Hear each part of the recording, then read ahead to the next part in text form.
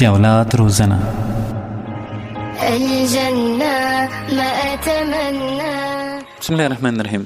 په اسلام کې د اولاد د روزنې 14 برخې ته ښه راغلاست. د ډېرو ملګرو دا پوښتنه وه چې موږ په دې برخه کې له مشکلاتو سره مخامخ یو، د موږ اولادونه درس نشي زده کولی. ډېرو ملګرو بیا دا پوښتنه کړې وه چې څنګه کولی شو خپل ماشومان درس ته وهڅوو، هغوی درس ته تشویق کړو او بالاخره دوی درس ووایي. ډېرو بیا دا پوښتنه کړې وه، هغوی ویلي اوس چې موږ ماشومان سره له دې چې 3-4 کاله کېږي درسونه ورته کور زحمت ورسره کوو، خو دوی بیا هم په 4-5 کلونو کې دوی خط نه ده زده کړی. علت یې څه شی ده او څنګه کولی شو چې دوی خط زده کړي؟ ځکه دا خط خو چې ده نیمایي علم ده. نو په دې خاطر باندې موږ غواړو چې دوی خط زده کړي او دې کار موږ ته یو نوع تشویش او اندېښنه را پیدا کړې ده.